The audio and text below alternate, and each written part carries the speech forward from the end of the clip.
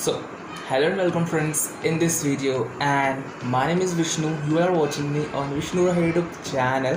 तो आज हम जाने जा रहे हैं कि what's the difference between agreement and contract. Means agreement और contract में क्या difference होता है, क्या अंतर होता है, आज हम इस चीज़ के बारे में जानेंगे. So without wasting time, let's get start this video. तो चलिए सबसे पहले जानते हैं कि एग्रीमेंट और कॉन्ट्रैक्ट की मीनिंग क्या होती है. हिंदी में तो इनकी मीनिंग होती है समझौता.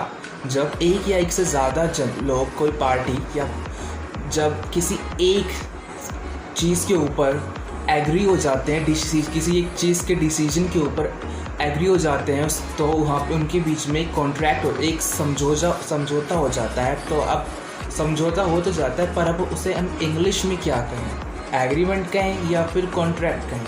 इसी कन्फ्यूजन को दूर करने के लिए इस वीडियो को लास्ट तक ज़रूर देखें. तो एग्रीमेंट और कॉन्ट्रैक्ट एक तरह की कंडीशन पर पूरे होते हैं. चलिए जानिए कि पहले वो कंडीशंस क्या हैं. पहले एग्रीमेंट की कंडीशन चलिए जानते हैं. एग्रीमेंट की कंडीशन होती है ऑफ़र प्लस में एक्सेप्टेंस. मीन्स जब कोई ऑफ़र करता है और उसको एक्सेप्ट किया जाता है, उसको एक्सेप्टेंस मिलती है, तो वहाँ पर वो एग्रीमेंट बनता है. अब कॉन्ट्रैक्ट की चलिए हम कंडीशन जानते हैं. कॉन्ट्रैक्ट की कंडीशन होती है एग्रीमेंट प्लस में इन्फोर्सिबिलिटी. तो ये इन्फोर्सिबिलिटी और एग्रीमेंट को मिलाकर हमारा कॉन्ट्रैक्ट बनता है. एक बात और मैं बता दूँ कि एग्रीमेंट वर्ड हमारा इनफॉर्मल वर्ड है और कॉन्ट्रैक्ट वर्ड हमारा फॉर्मल वर्ड है. अब ये फॉर्मल और इनफॉर्मल क्या होता है, तो स्पेशली इसी चीज़ के लिए बताने के लिए मैंने एक पहले ही इस पे वीडियो बना रखी है. आप चाहे तो चैनल की प्लेलिस्ट में जाके उस वीडियो को देख सकते हैं, या फिर वीडियो के डिस्क्रिप्शन में भी मैं उस वीडियो का लिंक दे दूँगा, तो फिर आप वहाँ से भी उस वीडियो को देख सकते हैं. और अब मैं हिंट के लिए बता ही दूं कि इन दोनों का मतलब होता क्या है, फॉर्मल और इनफॉर्मल कम्युनिकेशन. तो जब जैसे मैंने बताया कि एग्रीमेंट हमारा इनफॉर्मल वर्ड है, तो फिर इसको हम अपने फ्रेंड सर्कल में ज़्यादातर यूज़ करेंगे. और हमारा जैसे एग्रीमेंट हो गया, तो अब कॉन्ट्रैक्ट में जैसे मैंने बताया कि कॉन्ट्रैक्ट हमारा फॉर्मल वर्ड है, तो फिर फॉर्मल ज़्यादातर हम ऑफिशियल सिचुएशंस में इसका यूज़ करेंगे.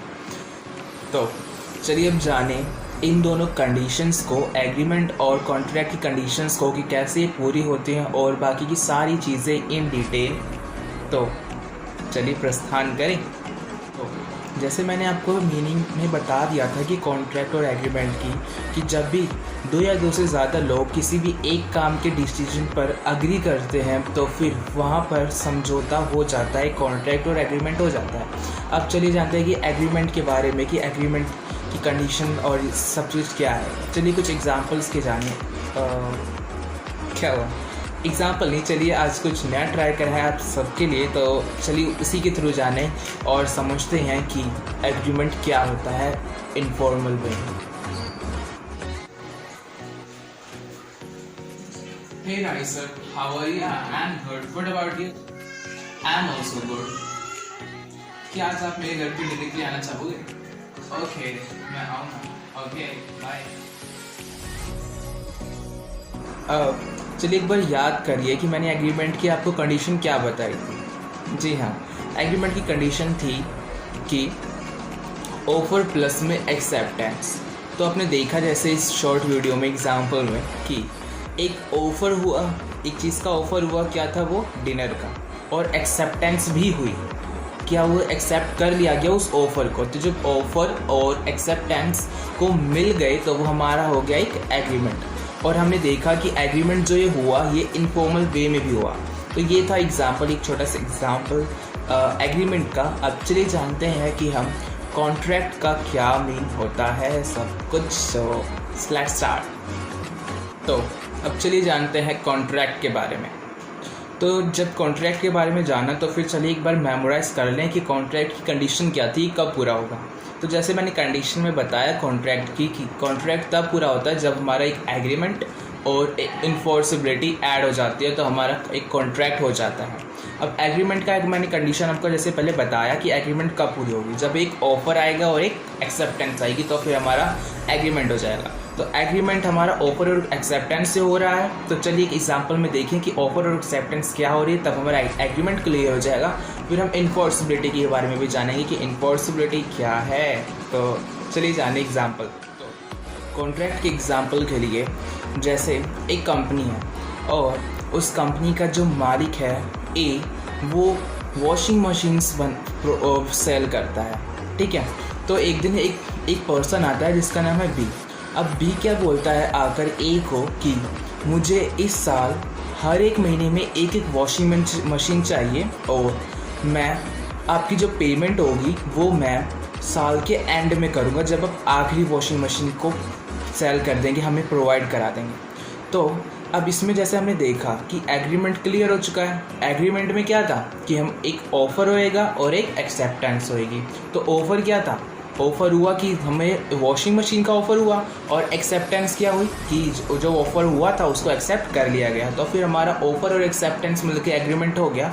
अब हम बात करते हैं इन्फोर्सिबिलिटी की। इन्फोर्सिबिलिटी में क्या होता है कि वो इस जो ये एग्रीमेंट हुआ है उसके लिए सभी तरह के डॉक्यूमेंट रेडी करवाएंगे, डॉक्यूमेंट बनाएंगे कि हमारे बीच में एक एग्रीमेंट हुआ है।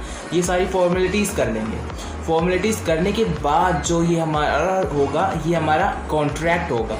तो हमारा यहाँ पे एग्रीमेंट हो गया और एग्रीमेंट में जैसे मैंने बताया कि ऑफ़र एक्सेप्टेंस हो गया, हमारा वॉशिंग मशीन का ऑफ़र हुआ था और एक्सेप्टेंस हो गई, तो हमारा एग्रीमेंट हो गया। अब कॉन्ट्रैक्ट में हमारे क्या कंडीशन थी कि एग्रीमेंट प्लस में इन्फोर्सिबिलिटी होगी। तो एग्रीमेंट हमारा हो गया। अब इन्फोर्सिबिलिटी में क्या होगा कि जैसे मैंने बताया कि इसमें सभी तरह के डॉक्यूमेंट्स बनवाएंगे कि हमें देखो एक तरह का एग्रीमेंट करा है, अब वो सभी तरह की फॉर्मेलिटीज़ को पूरा करेंगे। तो फिर ये डॉक्यूमेंट्स बनने के बाद यही हमारी इन्फोर्सिबिलिटी है, और जब ये एग्रीमेंट और इन्फोर्सिबिलिटी ऐड कर दी जाएगी तो हमारा कॉन्ट्रैक्ट रेडी हो जाएगा। तो यही था हमारा एग्रीमेंट और कॉन्ट्रैक्ट में। अब एंड में मैं एक बात और बता दूं कि कॉन्ट्रैक्ट हमारा एग्रीमेंट हो सकता है लेकिन हमारा एग्रीमेंट कॉन्ट्रैक्ट नहीं हो सकता है। फिर से मैं बोल दूं कि हमारा कॉन्ट्रैक्ट एग्रीमेंट हो सकता है लेकिन हमारा एग्रीमेंट कॉन्ट्रैक्ट नहीं हो सकता है।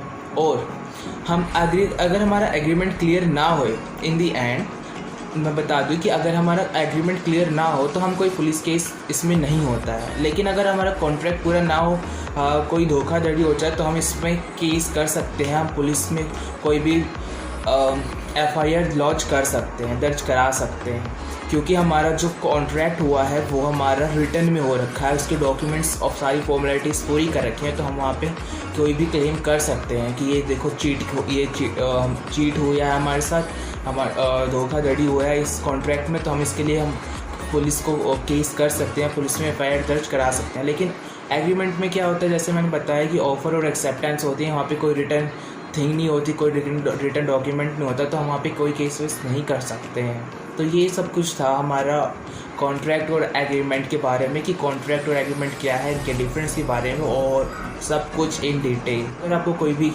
कंफ्यूजन है तो फिर प्लीज़ मुझसे पूछिए कमेंट्स करके। और it was all in this video. I wish you would like this video, and if you like so please like and share this video and subscribe to my channel.